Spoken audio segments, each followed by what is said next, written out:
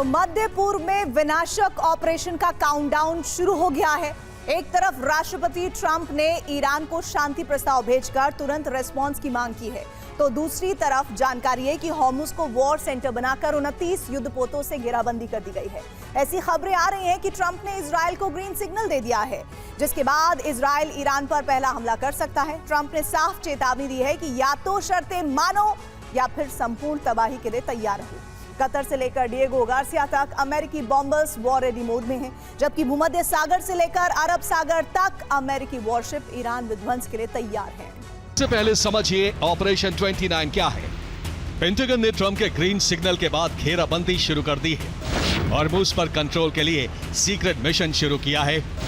Iran को काबू करने के लिए सैन्य तैनाती बढ़ाई जा रही है। अमेरिका ने 29 युद्धपोत ईरान पर अंकुश लगाने के लिए लगाए हैं, जिनमें कैरियर, डिस्ट्रॉयर, फ्रिगेट और ट्रांसपोर्ट शिप भी है। 50% ईरान की तबाही का दावा अमेरिका करता रहा है, तो क्या अब बाकी के 50% ईरान को तबाह करने की तैयारी है? क्या ईरान का अस्तित्व हमेशा के लिए मिटाने जा रहा है अमेरिका? ऑपरेशन एपिक फ्यूरी खत्म होने के दो ही रास्ते हैं, या तो ईरान हमारी तमाम शर्तें मान ले या फिर अपनी तबाही के लिए तैयार रहे। ईरान को समझना होगा इस बार हमारे हमलों की तीव्रता निर्णायक होगी, जिससे बचने की सारी उम्मीदें खत्म हो जाएंगी। अमेरिका ने ईरान की घेराबंदी शुरू कर दी है। 5 मोर्चों पर युद्धपोत तैनात किए गए हैं। पहली जल छावनी भूमध्य सागर में है, जहां 4 गाइडेड मिसाइल डिस्ट्रॉयर की तैनाती है। दूसरी जल छावनी लाल सागर में है, जहां 4 गाइडेड मिसाइल डिस्ट्रॉयर बाब अल मंदेब के पास लगाए गए हैं। तीसरी जल छावनी हिंद महासागर में है, जिसमें 1 amphibious transport dock, 1 dock landing ship और 1 एम्फीबियस असॉल्ट शिप तैनात किया गया है। चौथी जल छावनी अरब सागर में है, जहां aircraft carrier USS George W Bush तैनात है। उसकी फ्लीट में 7 डिस्ट्रॉयर, 2 लिटरल कॉम्बैट शिप और 1 एम्फीबियस ट्रांसपोर्ट डॉक है। इसके अलावा 1 एम्फीबियस असॉल्ट शिप और 1 डॉक लैंडिंग शिप भी है। 5वीं जल छावनी ओमान की खाड़ी में है। यह हॉर्मुज स्ट्रेट के सबसे पास है। यहाँ aircraft carrier USS Abraham Lincoln पहले से तैनात है, जबकि साथ में 4 गाइडेड मिसाइल डिस्ट्रॉयर लगाए गए हैं। पहले दिन से हम अमेरिका का समर्थन कर रहे हैं कि किसी भी परिस्थिति में ईरान को परमाणु हथियार नहीं बनाने देंगे। ईरान का संवर्धित यूरेनियम पर कब्जा करना सबसे पहला लक्ष्य है। ऐसी रिपोर्ट आई है जिसमें ईरान के हमलों से तबाही को अमेरिका ने दुनिया से छिपाया है। अब सामने आया है ईरान ने 15 सैन्य ठिकानों पर बड़े हमले किए थे। इसके अलावा 228 इमारतों पर हमले करके नुकसान पहुंचाया था। इन हमलों में ईरान ने 10 हैंगर जला डाले थे, 5 ऑयल डिपो खाक कर दिए थे। अरब देशों में अमेरिका के 6 कमांड सेंटर तबाह किए गए थे।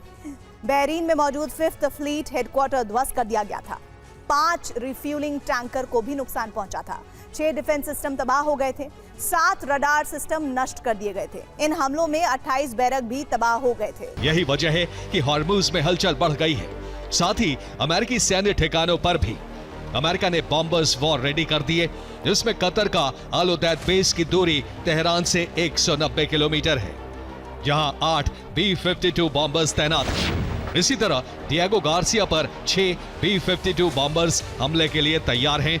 इस बेस की ईरान से दूरी 3700 किलोमीटर है, जबकि ब्रिटेन के RAF फेयरफोर्ट एयरबेस पर 15 B-1B B-52H बॉम्बर्स भी एक्शन मोड में आ चुके हैं।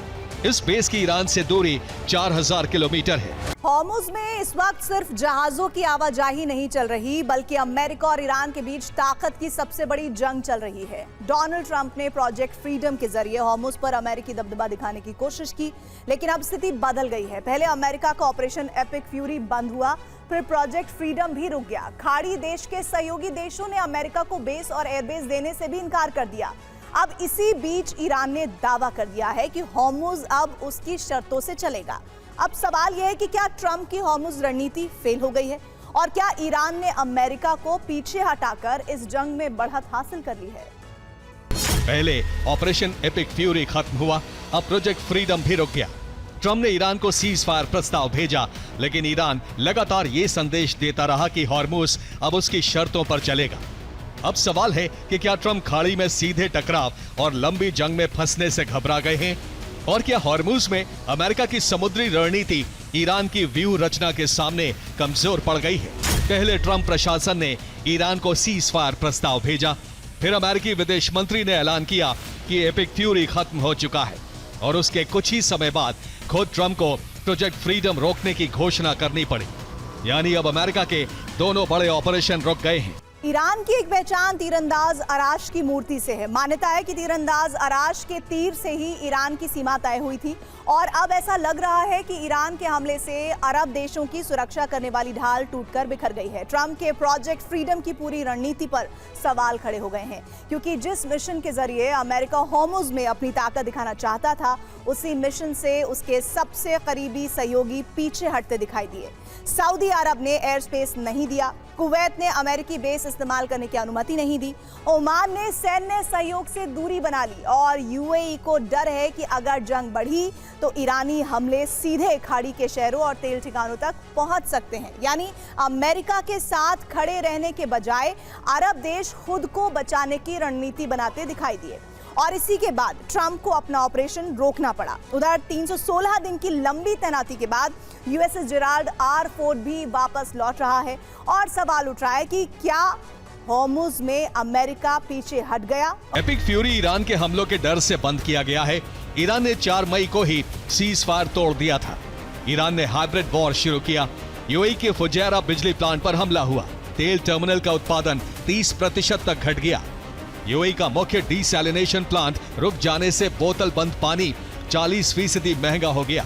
कई बड़े होटल और रिहायशी कॉम्प्लेक्स में पानी इस्तेमाल पर बंदिश लगानी पड़ गई, लेकिन अमेरिका चुप्पी लगाए रहा। डर था कि ईरान के हमले अरब को तबाह कर देंगे और अमेरिका सभी को सुरक्षा देने की स्थिति में नहीं है। अरब के बड़े तेल ठिकाने, बंदरगाह, समुद्री रूट और अरब देशों के बड़े शहर सीधे ईरान के निशाने पर आ सकते थे। दबाव काम नहीं आया और समझौता हो नहीं सका। आखिरकार अमेरिका को पीछे हटने का संकेत देना पड़ा और अब सवाल उठ रहा है, क्या ट्रंप का प्रोजेक्ट फ्रीडम शुरू होने से पहले ही फेल हो गया? अब होर्मुज में सिर्फ जहाज नहीं चल रहे, बल्कि शक्ति प्रदर्शन चल रहा है। एक तरफ ईरान है जो कह रहा है कि समुद्र का रास्ता वही तय करेगा। IRGC ने नई चेतावनी दी है कि अमेरिका का खतरा खत्म होने तक होर्मुज से जहाजों की आवाजाही ईरान के नियमों से ही होगी। इस दौरान ईरान के रडार, पेट्रोल बोट्स और टैंकर ट्रैकिंग सिस्टम लगातार सक्रिय है।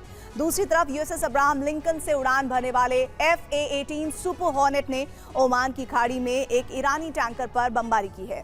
अमेरिकी दावे के मुताबिक चेतावनी के बाद भी जहाज नहीं रुका, जिसके बाद उसे निशाना बनाया गया।